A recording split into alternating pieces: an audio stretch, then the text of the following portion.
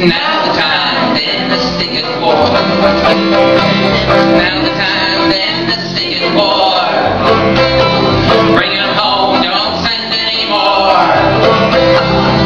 Too many young have died for oil and a bunch of lies. Now the time, then the singing war. Is everybody singing? You know what? I was in military intelligence. There's an oxymoron. I've never heard of one. I was in MACV headquarters in Saigon. But you know something? We've been watched, we've been photographed, we've been taped.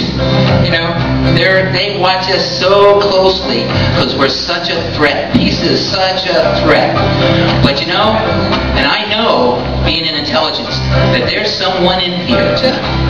There is someone in here. I don't know what you look like, because you're going to look like all the rest of us, but I know you're here. But here's a little secret, everybody.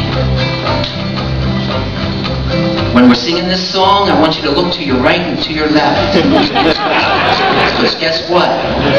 Their lips won't be moving. So your lips, you're looking, we're all looking. And those lips better be, and something better be coming out of those lips. All right? Here we are in Arlington. Let's have them hear it in Boston. Let's have them hear it in San Francisco. Let's have them hear it in Washington, D.C. 2,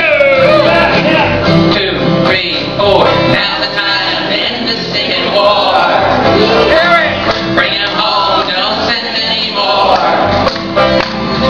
Too many young have died for oil and a bunch of lies. Now the time to end the singing war. Frustrated in many of our national organizations that were allowed themselves to be co-opted by the Democratic Party to get into the White House as if that was going to change anything. And we saw in 2006, you know, the Democrats told me to my face, even Nancy Pelosi. Because they recognized how powerful the Camp Casey movement and the peace movement that grew up around Camp Casey was. Yep. And so they co-opted it, and they told me, Cindy, help get us elected and we'll end the war. And so I didn't, believe me, I didn't spend that much time getting Democrats elected, but the movement did, and they used the energy of the anti-war movement to regain both houses of Congress. And what did they do? They betrayed their base.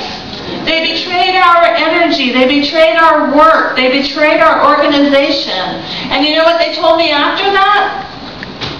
Cindy, we need more Democrats. Yeah. And I was like, wow, no, you know. I might have been born during the day, but I wasn't born yesterday. And I can see how you are, I call it the war party. The Democrats and the Republicans, I call it the left wing and the right wing of the war party.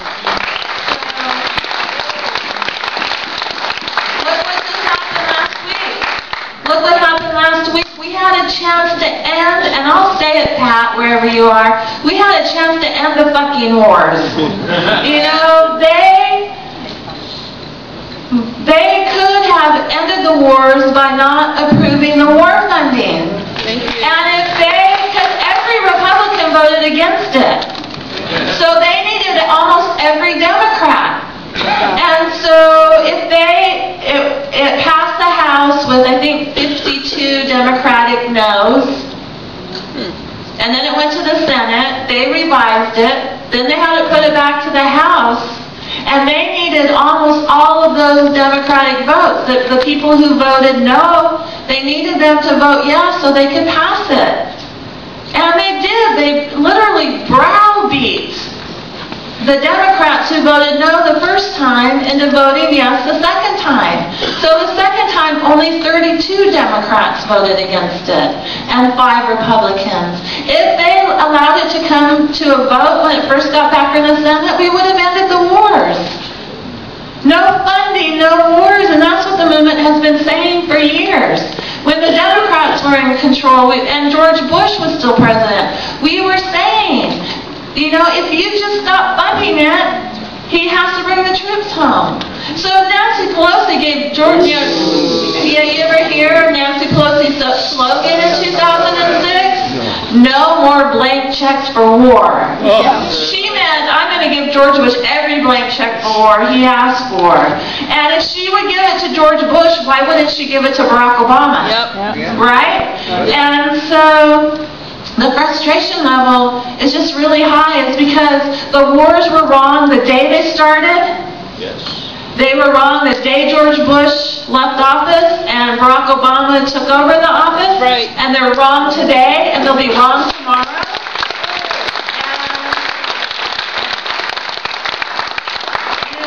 People tell me that, you know, Barack Obama has some kind of master plan. That by sending more troops to Afghanistan, it's some master plan to end the wars. And so, Buckminster Fuller said there's no right way to do a wrong thing. Wrong yesterday, wrong today, wrong tomorrow. And why aren't we out in the street saying that? Why aren't we saying it's not, you know, if you like Barack Obama, that's fine. Personally, I've met him several times. Personally, I like him. But I don't like his policies. I don't like the people he appointed to surround himself. I don't like when we say we need accountability and he says we have to look forward. You know, we can't investigate the crimes of the past because we have to look forward. So I want you to try that. Next time you get pulled over by a cop, you say, officer, didn't you hear we're looking forward? You know, that, I was speeding in the past. That happened in the past. And oh, I ran that stop sign in the past. So we're just looking forward now. And today, what happened? Bernie Madoff. Bernie Madoff was sentenced to 150 years. 150 years.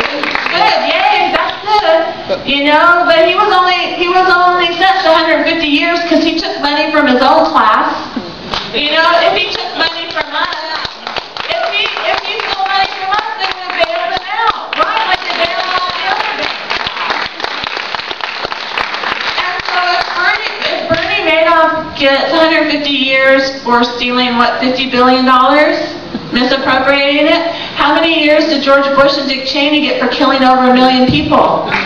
1,000 years maybe each? No, but you're right, nothing.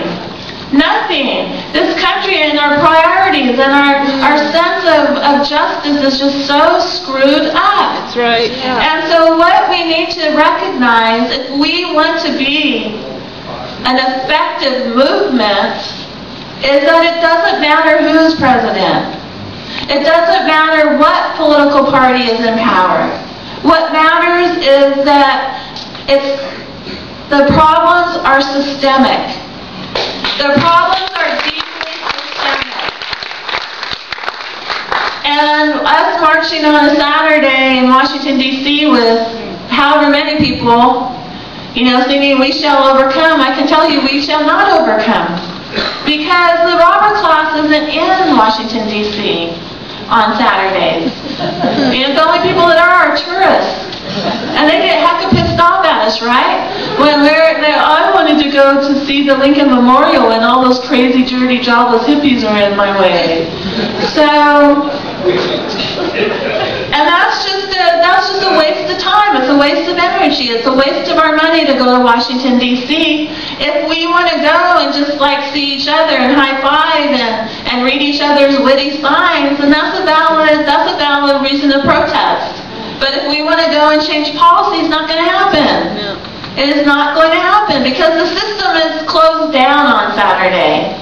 So what we need to do is recognize, and I recognized during my campaign, that it's not a Democrat-Republican, it's not a race division, it's not a gender division or gender preference division or even a religious division. It's a class division in our country.